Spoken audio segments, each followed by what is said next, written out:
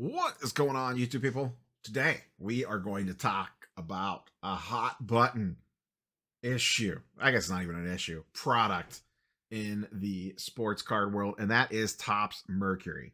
I've been wanting to kind of take a second look at this, but I wanted to wait for at least some sales to start accumulating from singles so we could kind of get a better feel for what this thing is doing on the secondary market. This is a very divisive product. 8K a box. 8 cards per box. I've seen a lot of chitter chatter about this release since it was previewed. This is obviously a super high end product. I know like Dan the Card Man thinks it's going to water down Wemby autos. I don't necessarily disagree with that, or I disagree with that take, because if Panini was putting out this sort of, if Panini had Victor autos, he would be in way more product than what Topps has put him in. Yes, Topps has put him in some products, but the only product he's had a full release in is Topps Chrome. Everything else has been like an SP hit or some Topps Now stuff that was super short printed as well. The overall takes on this product are all over the place.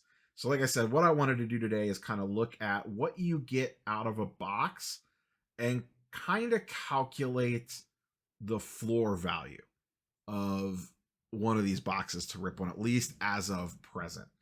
The other thing that this product gets hit for a lot is the unlicensed nature of it. And listen, I'm not buying this product. I have no vested interest in this product. I quite frankly don't care whether it goes to the moon or it goes to zero.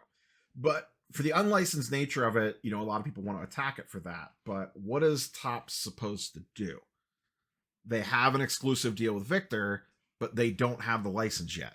So essentially their options are make an unlicensed product or make nothing. And I know this is going to be a shock for a lot of people. Topps is a for-profit company. They want to make money. That is their role in the world. They are not here to cut deals and to give things away for free. This isn't Halloween. It's not trick or treat. They are here to make money. And whether you like licensed or unlicensed product or not, it is clear that there is a market for this product as boxes are flying at 8K a pop. Now, with that little preamble in there, let's look at some numbers. So you get 8 cards per box. You get 1 auto to 99 or lower.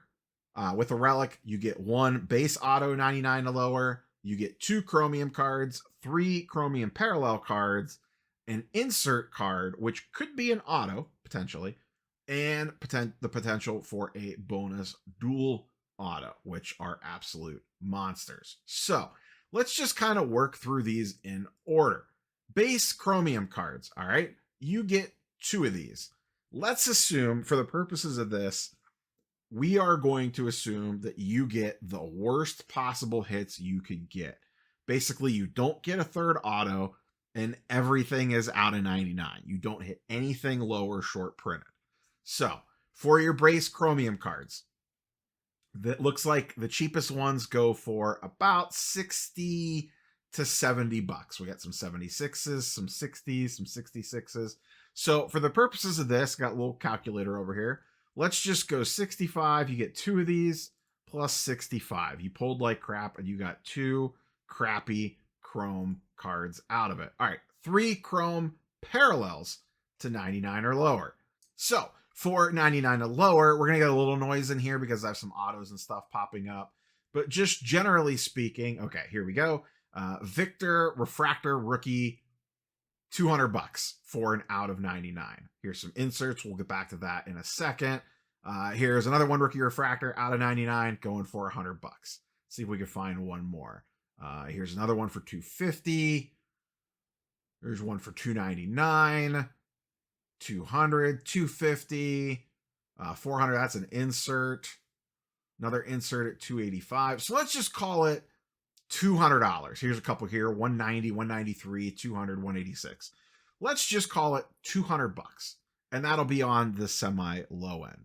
So we get 3 of those. So let's assume we get out of 99s for all of them. That would be 600 bucks. So we're going to add 600 to this. and we're up to $730. So that takes care of this, and it takes care of this. Now on the inserts, for the inserts, we saw a few of them when we were looking at that last little bunch. Kind of depending on the insert, they kind of range all over the place. We got this one a little under 300, this one going for 400, this one's going for 1200. What else do we have here? I thought I saw, what's this one? 370. So let's just call it, there's some 280, 280. Let's just call it 300 for the insert. So let's, once again, we're assuming we hit an out of 99 insert, nothing super short printed or not.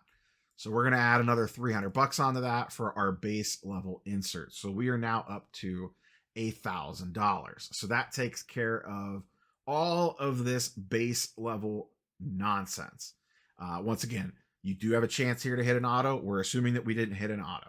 We're assuming we didn't hit the dual auto. So now we are in this section here.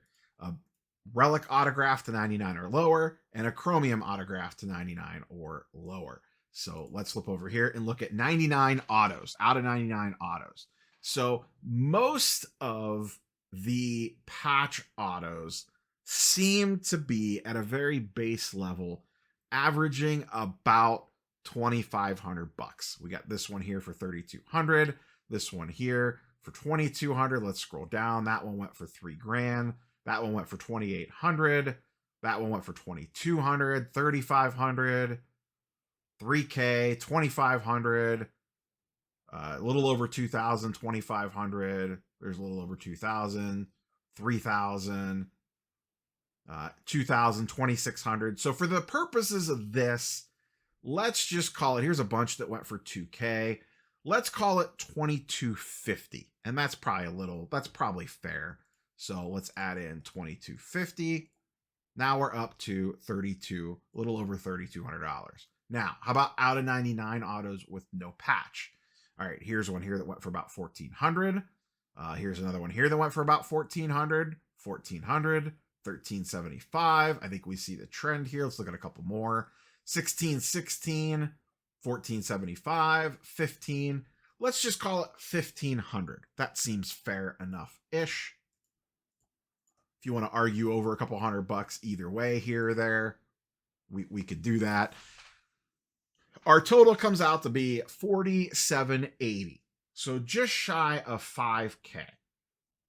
And once again, you could quibble over a couple $100 here if you want to. This, you could call this, if you wanted to call this 4,500, if you wanted to call this 5K, I think you'd be okay either way.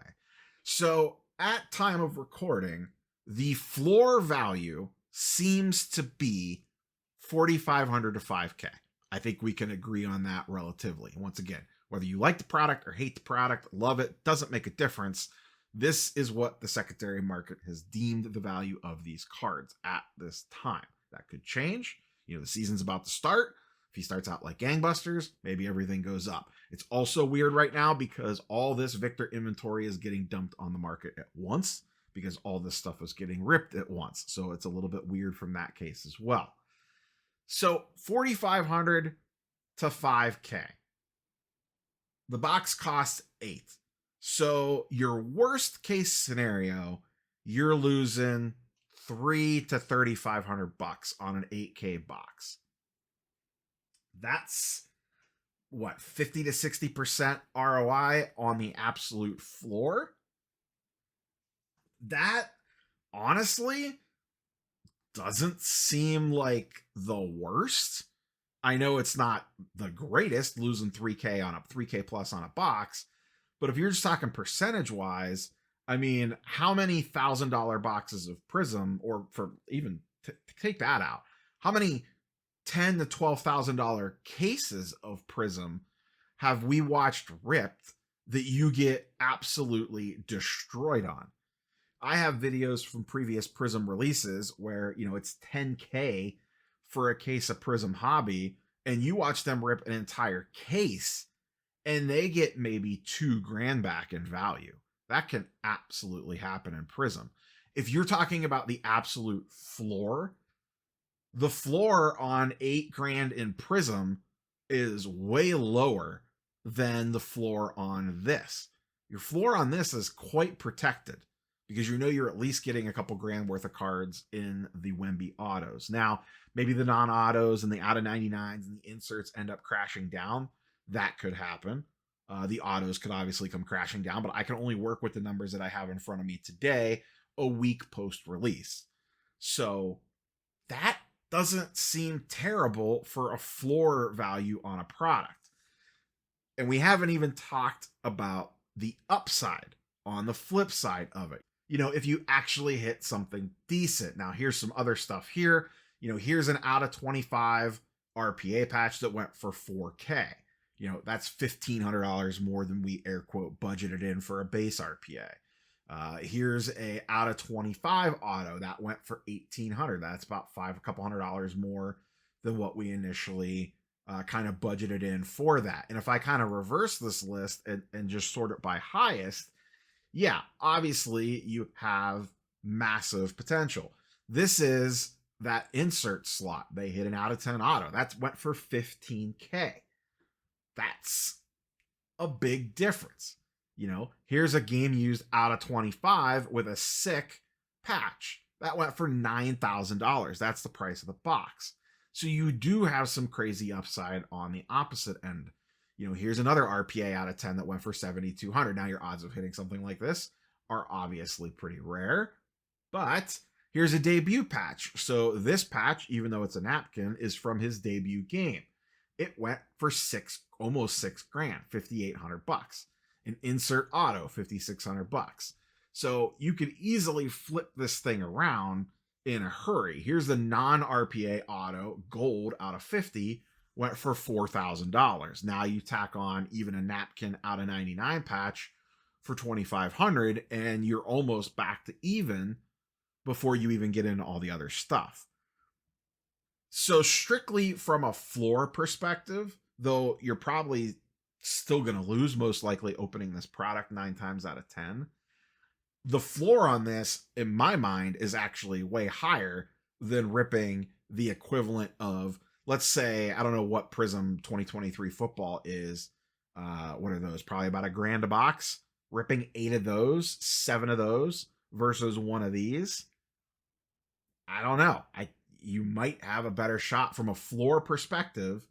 You might have a better chance on the single Wemby box than the 7 boxes of Prism Hobby. And your upside on this is to the moon.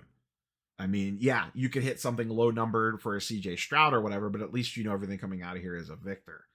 So I think the product gets a lot of negative attention because of the price point and because it's unlicensed. And like I said, I don't like it. I'm not a big fan of unlicensed. I'm not really buying it. I'm not chasing anything from it. But the secondary market has said a lot of people are chasing this stuff. And the secondary market and the primary market are saying, yeah, we're willing to buy these boxes at $8K a pop.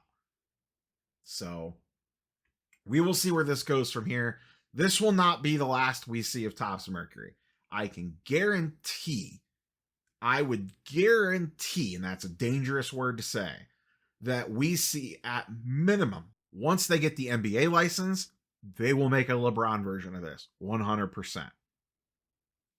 If, assuming an arm or a leg doesn't fall off, at some point in time, we will see an Ohtani version of this. I think they'd be better off and wait a year or two on that and get LeBron next year while he is still in the league potentially, and they have the NBA license, and next year at this time, where people will be chasing some $15K LeBron Mercury box, because you know they could charge way more for a LeBron version of this. And then think about it this way too. A LeBron version of this, the LeBron version of this product is licensed, and you have the dual autos write themselves. LeBron Wade, LeBron Bosch, LeBron Kyrie, LeBron Kevin Love. You can make the triple autos. You can also do LeBron AD. You could do LeBron relic cards where it's a game used jersey from each of those 3 primary teams. You could do LeBron Bronny stuff. The possibilities are endless for a LeBron version of this set. And once again, I wouldn't be shocked if we see one for Ohtani as well. That is just sort of a no-brainer. given they have an exclusive license with him. They just signed that. Like I said, I would like to see a couple years on that since we have this 50-50 product coming out. I think getting LeBron next year while he's still in the league. What if LeBron announces next year, before the season starts, it's my last year. It's my last season. It would be a no-brainer to make a LeBron Mercury product around that. And you could set the whole thing around that, how it's LeBron's career, and pitch it like a career achievement product. And like I said, you can load that thing up with relics, dual autos, triple autos, quad autos, whatever you want to. You know, you could have a LeBron Dirk because he went up against Dirk in the finals. You could have a LeBron Duncan because he went up against the Spurs in the finals. A LeBron Curry dual auto because, you know, we had that big rivalry with the Warriors for a while. Like I said, the possibilities are endless on crazy things you could put in there for a LeBron version of this product. So, as always, curious for your thoughts and comments down below. This product's not for me. It's way out of my price range. I'm not a huge fan of unlicensed, but clearly a lot of people disagree with me on that. Topps is a for-profit company. Guess what? They're making a ton of money off this. A ton of money. Floor value seems halfway decent. Ceiling value, you can really hit this thing to the moon just like anything else. But to me, the floor seems a lot more stable on this than a lot of other products that are put out there. Curious for your thoughts and comments down below. Peace.